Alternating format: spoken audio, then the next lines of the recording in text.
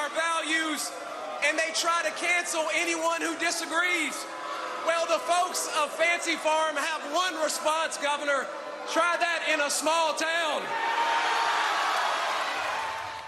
Kentucky Attorney General, Republican nominee for governor Daniel Cameron there addressing the annual Fancy Farm picnic over the weekend. If you're wondering why all the shouting, the heckling is all part of the tradition. Yeah, it can be confusing for some that aren't familiar with it, but politicians from both sides of the aisle, the political aisle, have to deliver a speech through all kinds of yelling and other distractions happening.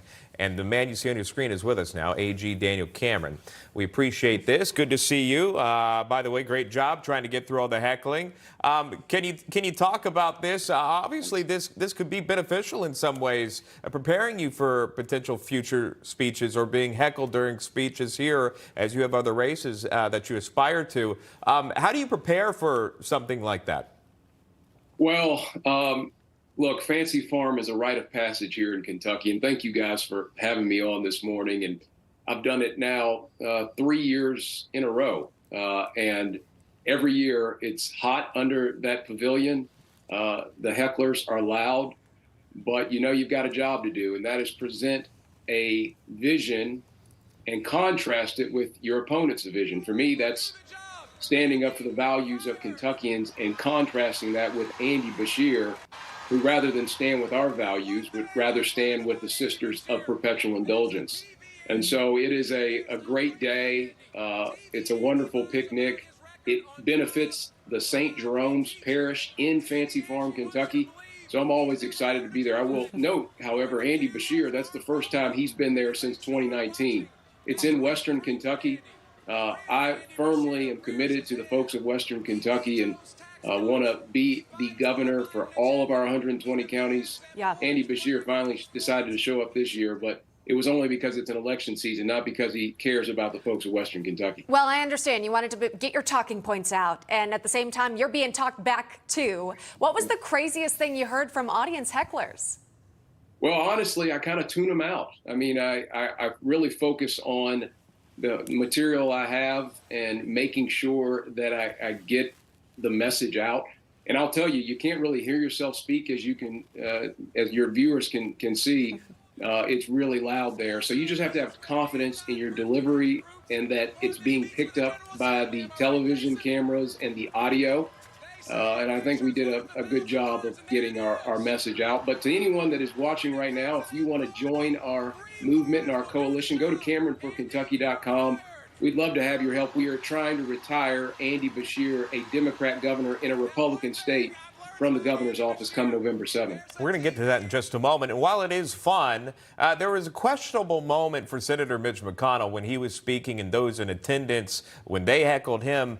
It became somewhat of a unifying voice. Listen to what happened here for our viewers that missed it. It's not hard for Republicans to look good these days.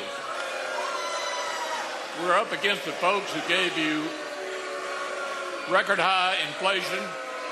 We're up against folks who closed schools and then told you that teachers' unions know what's best for your kids. We're up against folks who'd rather let repeat offenders walk free than get tough on crime. So again, I know that you were there. For the viewers, if you're wondering what the crowd is saying, they're saying retire. They're telling him to retire. The crowd obviously giving McConnell an especially hard time in his home state. There was a lot more focus, though, on the Senate Minority Leader this year after this recent moment when he spoke froze while speaking on Capitol Hill. This week has been good bipartisan cooperation and a string of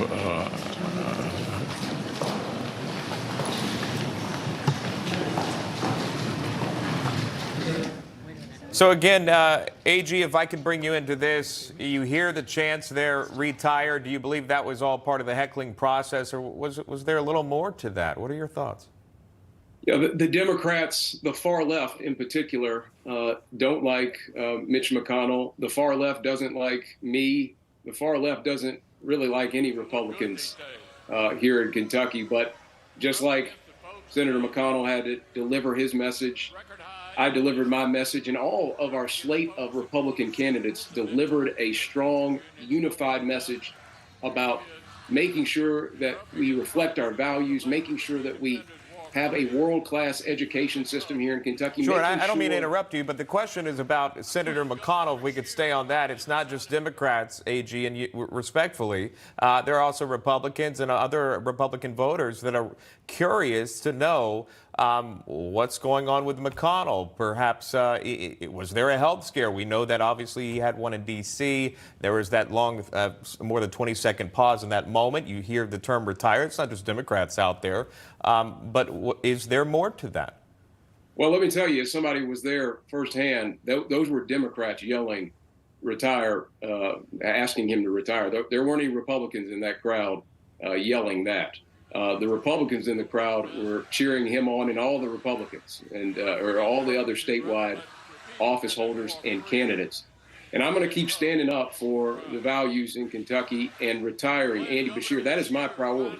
Come November 7th, we've got to have a new governor here in Kentucky that is going to fight for a world-class education system, going to get crime and drugs down in our state, and again, make sure that we get Kentucky on the right trajectory for the remainder of this decade and decades to come.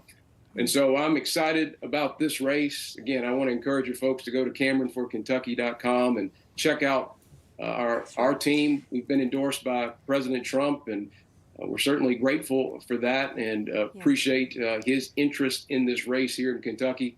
Again, we're going to keep standing up and fighting for Kentucky values. Sure. And we've got roughly 91 days between now and November 7th. It's coming up. My focus and attention is on Andy Beshear. All right, you know, sir, I just wanted to ask you, in light of the recent news from Ohio, which is another red state, there was a sort of abortion-adjacent related proposal for Election Day yesterday, and overwhelmingly voting against sort of the pro-life stance. Again, this is a Republican state traditionally, Ohio, and then you keep in mind, you think of your own state, Kentucky, you've got 2 Republican senators, and yet there's a Democratic governor that you're facing up against here.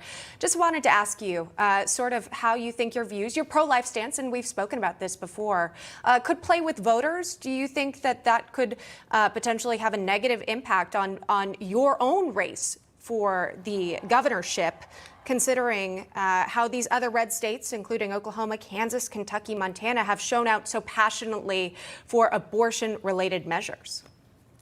Well, I firmly believe here in Kentucky, we've got to establish a culture of life. And that's whether it's for the unborn or kids as they are trying to go to school. And I'll just remind people, you know, there's a governor right now here in Kentucky that has been indifferent to our children, been indifferent to our kids. And we know that because he shut down schools for nearly 2 years. And we have nearly 2 years of learning loss because of it. And so I'm going to fight for our kids to thrive and flourish here in Kentucky. Let me tell you how else Andy Beshear is indifferent to life. In 2020, he had a decision to make, and his decision was to lock down our schools and unlock our jails. He let out roughly 1,700 criminals, and a third of those recommitted offenses, felonies here in Kentucky, adding to the increase in violent crime that we've seen here in the Commonwealth. And so, again, I want to make sure we establish a culture of life here in Kentucky, and I'm certainly not going to back away from that. But I'm also going to make sure that we have a world-class education system, that we catch up from the learning loss that's been experienced by our students, and that we get violent crime down. I'm the law and order candidate. Andy Beshear is the catch and release candidate, based on what I just shared with you about 2020 and the 1,700 he let out. Well, we appreciate your time. That is Kentucky Attorney General, Republican nominee for governor, Daniel Cameron, who has his race coming up not too far from now on November 7th. AG, again, you've mentioned your website several times. You can visit you there. Thank you so much. We appreciate it. God bless you all. Thank you.